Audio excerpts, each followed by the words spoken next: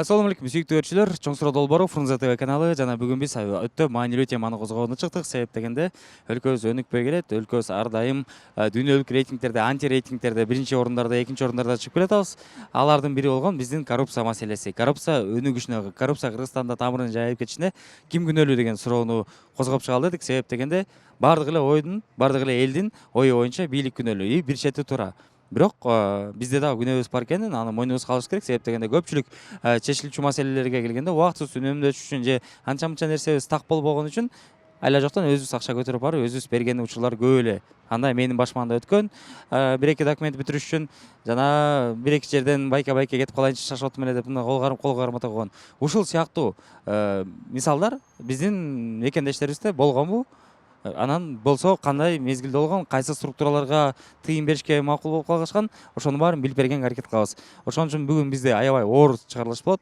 Колдон келсе лайк басып коюңуздар, көбүрөөк адам көрсүн, көбүрөөк адам билсин, кайсыл тармактарда коррупция көп экен. Жана эң башкысы өзүбүздөн кетирген күнөөлөрүбүздү мындай акырын четинен алып көрсөтүп берейин деп атам, чтобы биринчи ирет өзүбүз ушу коррупцияга жол бербегенге шарт түзүш үчүн. Андыктан даяр болсоңуздар биз баштадык. Каналга атталып лайк басып койсоңуздар эле кеттик.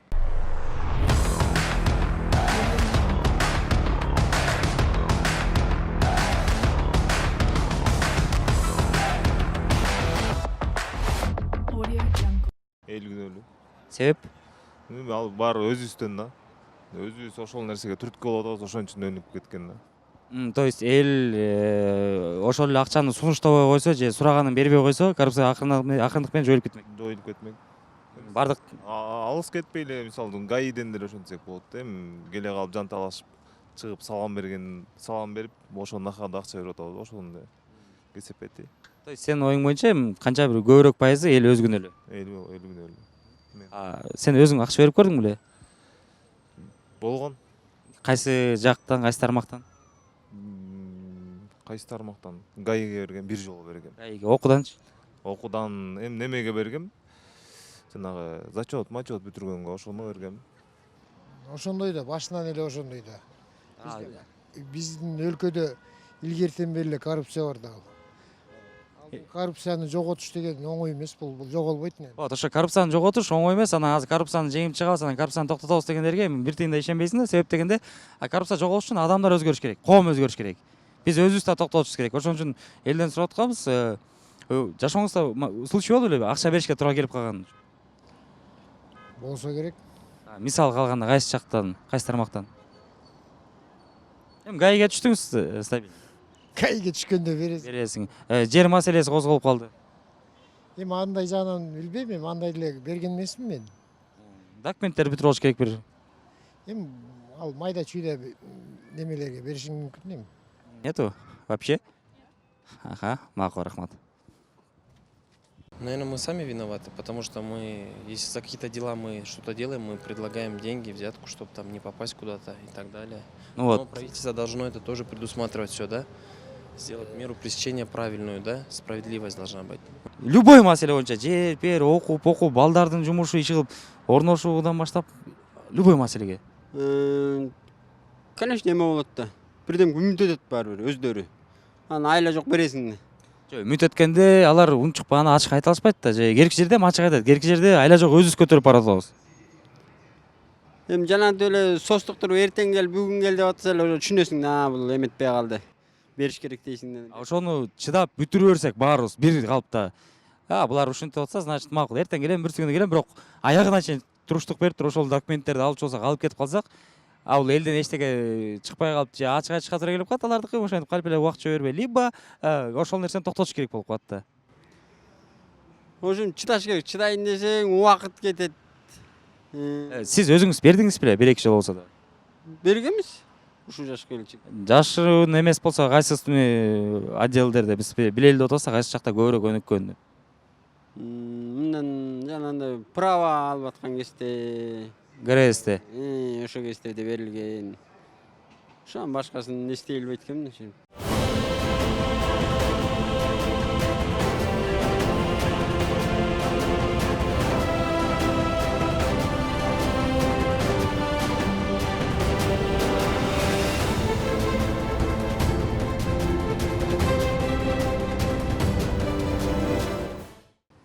Bilmem, ел өзі күнәлі болып қалады ғой.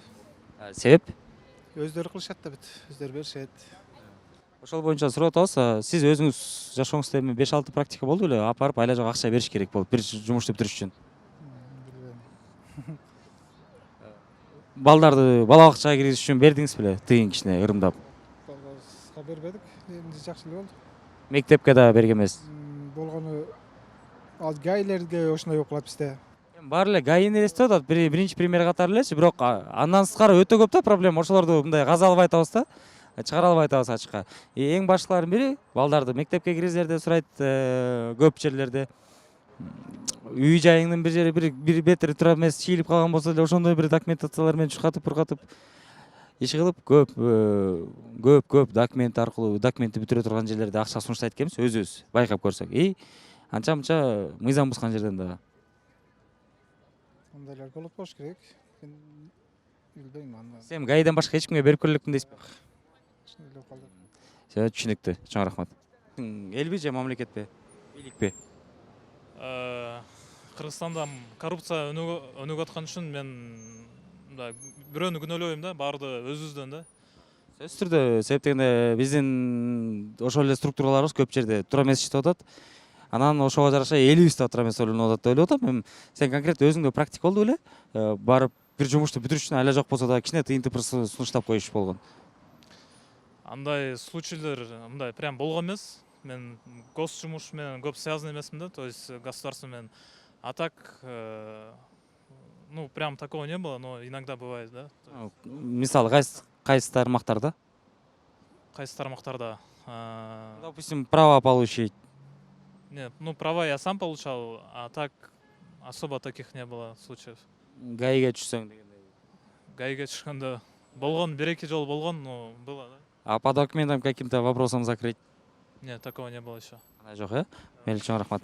Жашооңдо коррупцияга кездешкен күндөр болду эле? Негизи болгон, Кайсы тармактардан сен өзүң барып сунуштадың беле же сага айтты эле монча сом бересиң деп? негизи көп жерге барганда кээ бирлер өздөрү сунушташып калат, ушунча акча берсең биз сени бүтүрүп беребиз деп. Өзүң сунуштаган учурлар болду беле? Негизи болгон. Кайсы тармактан? Ну, окуу өтүп атканда, Окуу өтүп атканда контракт төлөгөндөн сырткары же мынча сом берсең өткөрүп коебуз деген. ошентип өткөзүп беребиз деген. Эмечи андан башка мисалдар, мисалы бир документтерди бүтүрөм десең же болбосо бир маселе чыгып калды, же ошол эле жолдон ГАИге түшүп калдың же башка болуп калды, ошол сыяктуулардан өзүң берген учурлар болду беле? Сосын биз бээр дебей, байке мен бүтүрүп коелучу, могу ишти мен алып коюңузчу, кетип калайынчы же мону эртерээк коюңузчу деген сыяктуу. Негизи болгон, андай көпчүлүк жерде эле болуп жүрөт. Да элдердин арасында деле андай эмелер болгон, ойлорчу. Бизде азыр ушу коррупция дагы деле бар, өнүгүп атканда ким көбүрөөк күнөөлүү, бизби же бийликтегилерби? Ну, эки жактан тең, көбүнчө бийлик жактан күнөөлүү. Анткени өздөрү акча сунушташат, дагы кайра бизден акча сурашат. Жакшы, туура эле ой. Анан эгерде, допустим, сен бүгүндөн баштап же мен бүгүндөн баштап бир дагы маселени акча аркылуу чечпей, мыйзам чегинде чечем деп өтө турган болсок, канча бир пайызга азаябы? Мен ойлойм, что азайышы мүмкүн, если эл да, мамлекет да бири-бирине акча сунушташпаса. Ну, много очень зависит от людей, мне тоже кажется. Не только правительство в этом виноваты. Если бы люди как-то были бы больше сплоченные, да, так скажем, они, скорее всего, сделали бы так, что у нас и правительство нормальное было. Не, ну то вопрос больше стоит такой, то что у нас просят взятки или мы все-таки сами отдаем? Скорее всего, сами отдаем. Люди Ну, сами подписываются под это. У вас была практика, когда вам пришлось отдать деньги, чтобы, не знаю, там, закончить кое-какие дела или решить какие-то вопросы? Нет, таких случаев у меня не было. Ну, допустим, Я старался всегда сам всего добиваться. ну, самое банальное, это, попали, ГАИ вас остановило.